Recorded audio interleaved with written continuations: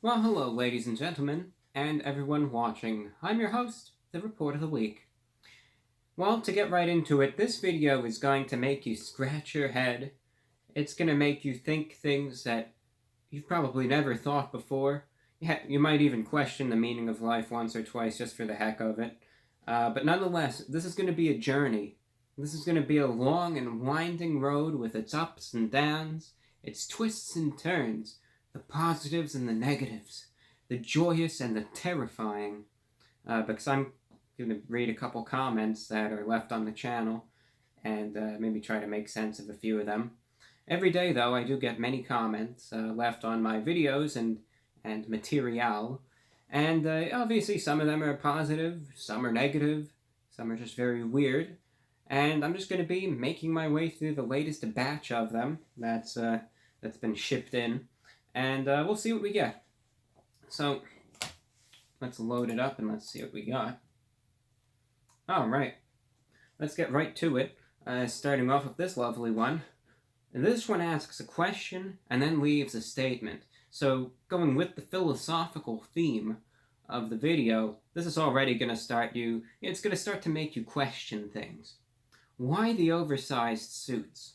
Somebody ought to put you in a coffin. You look dead.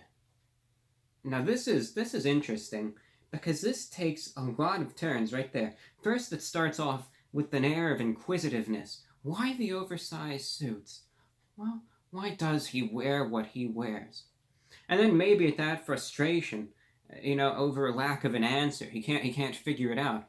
It turns to anger. He's starting to get upset. Somebody ought to put you in a coffin. And then, finally, it's bubbling over at this point. You look dead. You can just see the emotion in that, just that raw energy, that buildup. When you really analyze this, it's already getting intense, people. That's all that I can tell you there. And if you thought that was crazy, this one's going to blow your mind because it's blown mine, and I haven't been able to make anything of this for days. I don't even know where I am anymore after this one. It's a 4-point statement. Number 1, wake up in coffin. Number 2, wake up through caffeine. Number 3, suck some victim's blood you met at your local Pizza Hut. Number 4, order food through McDonald's, 'cause the sun is outside. Alright, well, number 1, wake up in the coffin. Alright, well, I do that every day, so that's alright. Number 2, wake up through caffeine. Alright, that makes sense. You can't do anything without that caffeine. Number 3, that's rather particular. Your local Pizza Hut. Why not a Domino's or a Papa John's or a Little Caesars? Or just what about your local mom and pop shop? I guess forget about all of them. It's all about Pizza Hut these days, I suppose. So Pizza Hut it is. Number 3 and 4, though, they kind of conflict with each other. So I guess the local Pizza Hut, it was dark outside? And I was at a Pizza Hut, I guess. If this is about me, I don't know. Maybe this is just what this guy does. So I guess I went to the Pizza Hut, but I didn't even get anything to eat. I guess the way this is. And then somehow I got the food through McDonald's because the sun is outside. Well, the sun is always outside. I guess the sun was out. But how did I get it through McDonald's? If there was a place that was more likely to deliver, it would be Pizza Hut. I don't think McDonald's delivers food, like unless you use a third-party service or app. I told you that was going to blow your mind. That blew mine. I still can't make anything of it. I swear. And if there's one thing that even goes one step further than that, then wait until you see this one. My mom and I died while watching this. You are a comedian. Now, when I first saw that, I thought, wow, right, that's just a kind comment. I guess I enjoyed the video. But then I started realizing how morbid that was. So this person, and their mother too, both died while they were watching my video. And then I really started thinking about it and just started thinking of all the possibilities. So, if they died, then how did the comment get typed and sent? Was there a third person in the room with them that after they died, this person typed it up on their behalf and sent it? Or did they die and they were resuscitated and then they typed the comment? Or did they die, maybe they came back as like a zombie or something and then one of them typed it? Or what? That one just, it leaves more questions than there are answers. That's all that I can tell you there. I was talking to you earlier about how this video was going to be filled with twists and turns, and this is the epitome of it. This was left on my Szechuan sauce review from months ago.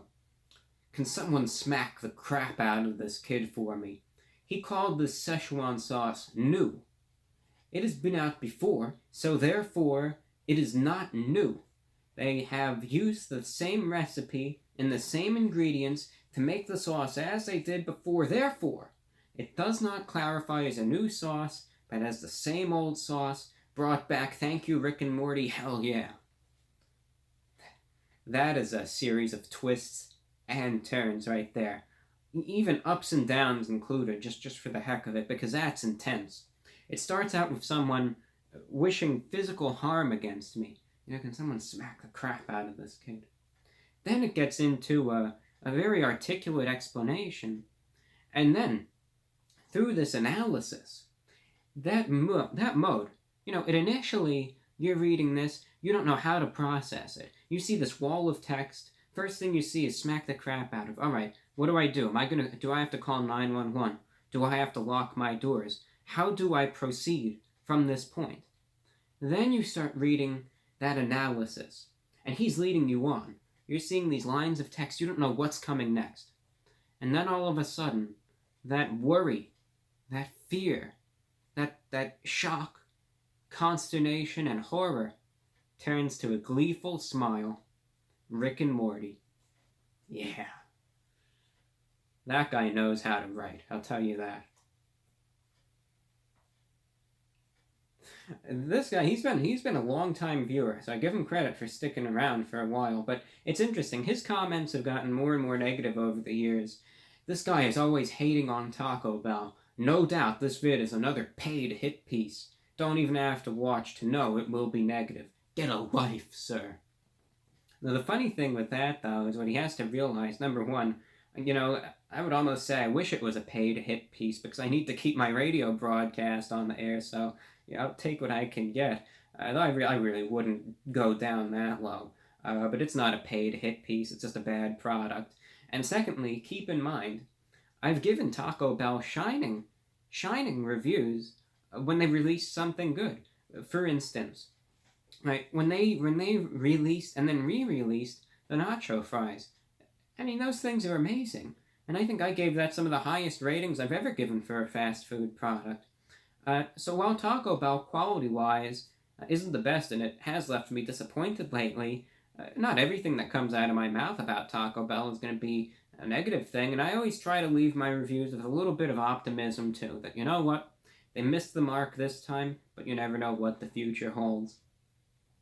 Some people like to hypothesize where I came from, what the origins of my physical being happen to be. And some people, you'll see it in the comments all the time, where people will say, well, he looks like this, or he looks like that, he came from, you look like, this celebrity, or this public figure, or, you get that all the time. Well, this guy hit the nail on the head. When Snoop Dogg, Tobey Maguire, Sheldon Cooper, that guy from Lazy Town, and that kid from Stand By Me have a love child. Alright, well, I have a Snoop Dogg, believe it or not, yes, people have said that. Tobey Maguire, get that all the time. Sheldon Cooper, guy from the kid from Stand By Me, that's the only one that kind of, which one? If I'm correct with this, Stand By Me, there were a number of kids, so which one? So I need some clarification from you on that one, but if you can get back to me, because I think this guy is on to big things, so I'm really looking forward to some additional response, and then we can make something out of it. And then, entering the animal kingdom, of course, last year there were all of the allegations that I look like an albino rat. And I thought that was as good as it gets, but I found a few that I think are even more just gracious compliments. This individual writes, he looks like an iguana. I can see some. I can see a little resemblance there. Alright, that's fair enough. That's a fair one. But this one was even better. You look like a fig tree. A very distinguished fig tree. Let me get a picture. Yeah, I see what he means. See with the bow tie there? That one's good. That one's good. Thank you. Thank you, sir. Here's another one, so get ready. Brace yourself. Alright, this is the obligatory. Just strap yourself in right now, because this is going to hit you hard and fast. There's something disgusting about watching this meek little boy wrap his pale, white, trimmed fingers around a meat patty. He shouldn't be eating meat. If he was in the food chain and had to hunt, he couldn't do it. This is unnatural. It defies all of Darwin's theories. This spaghetti boy should be dead/grazing. Well, I guess I am grazing, theoretically, so you're right. Alright, fair enough. Credit is given where credit is due. This is what a serial killer acts like and talks like. I can easily see him make a video of him talking like he's a professor. Talking like he's a professor, but he says he acts and talks like a serial killer. So are professors serial killers? Well, who knows? Maybe there's a connection. I don't know what he's getting at, but anyway. Talking like he's a professor, and then the camera zooms in on him while he makes tacos out of some poor schmuck's face. Seriously. Why tacos, though? And I understand. Sometimes we get hungry for tacos. You want to get a taco, right? I get that. I like getting tacos. I like that Mexican American cuisine. That's fine. But what if like on that day, hypothetically, I wanted burgers, or I wanted a pizza? What if I wanted a salad or something? I guess you would just say making a salad out of the poor individual's face. I guess it just happened to be tacos that day, so I guess we can't think any further into it. Oh, here's a classic one. Cut your bleeping nails, you gross bleep. Bleep. That was with an exclamation point after it. This is a food review. Have some bleeping self-respect. Bleeping pig. And that was another exclamation point. Exclamation point, not explanation point. Self-respect. Yeah. Because your comment says all about self-respect right there, so I'm sure you're the kind of person that has the self-respect to tell others what self-respect really is. Especially with your username, which, for the sake of dignity and whatnot, I censored out, but a very classy one at that. Looks like your fingernails could rip off people's souls. That's a new one. Rip off people's souls. Well, I can understand, like, if they said, like, it looks like your fingernails could rip off someone's pencil, Or I can understand that, right? That makes sense. You can visualize it. But rip off someone's soul, how is that done exactly? And then what confuses me more with this one is the words rip off. So like I physically, somehow, assuming that someone's soul could be ripped off, would I physically be, like ripping someone's soul off? Or would like the energy be sucked out of them and entered into my fingernails? Or does he mean rip off in the economic sense? Like, you got ripped off the other day because you got overcharged at the store. So I just need further clarification on that one. Again, it's just some of these comments leave that ambiguity to it.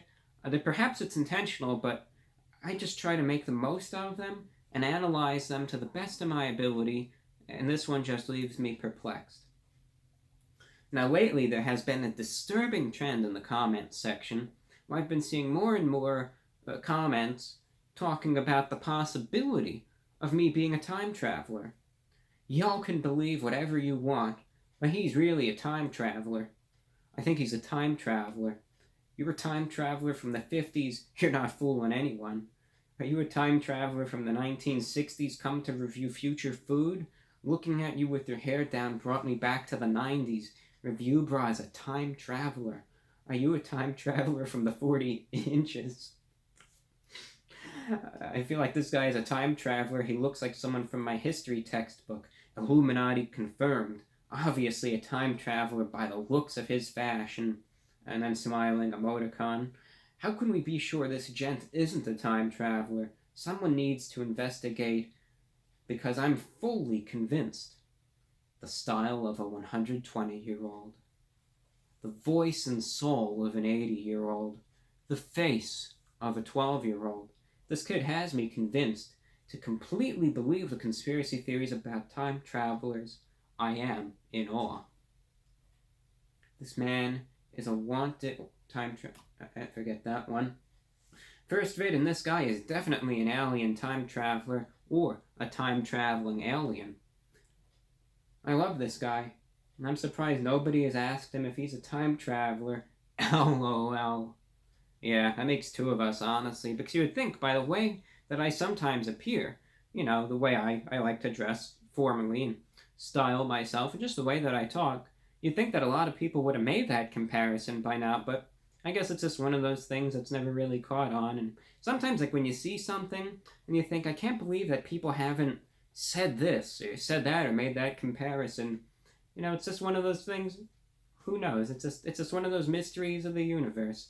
I told you you'd be questioning the meaning of life in this video, and that's one of those times.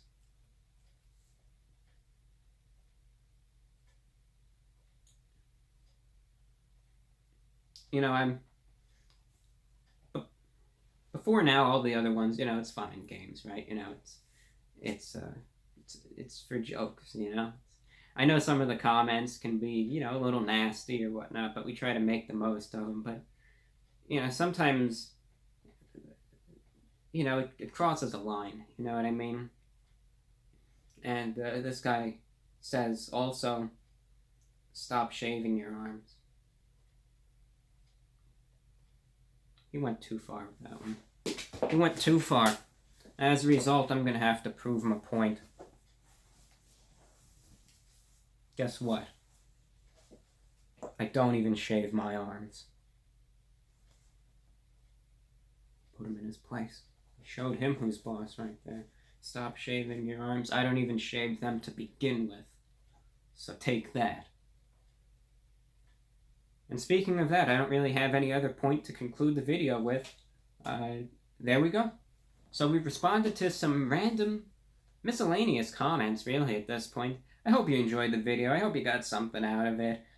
Whether you kind of took the same philosophical route that I took, and were just, you know, just started analyzing and really just questioning existence through some of these insightful comments that were left on my channel, or what transpired of it. Hope you enjoyed the video. Hope you liked what you saw. I try to do these react videos every so often, so there will be more to follow. Again, hope you enjoyed it, and if you have the opportunity, please check out the newest VORW radio show. The reason why I promote it so much is because if I didn't, no one would know it exists, and it's something that I really put as much work into as I do each and every one of these videos. It's a radio show I do each week. It can be found at soundcloud.com/VORW_radio_INT. Costs a lot to keep it going, so please, your support is welcome. If you're a listener, support it at Patreon, patreon.com/TheReportOfTheWeek, or via Teespring. You can find my Teespring store for some merchandise and whatnot. It supports the channel too at teespring.com/stores/TheReportOfTheWeek. Thank you for watching this. Take care. I'm your host, The Report of the Week.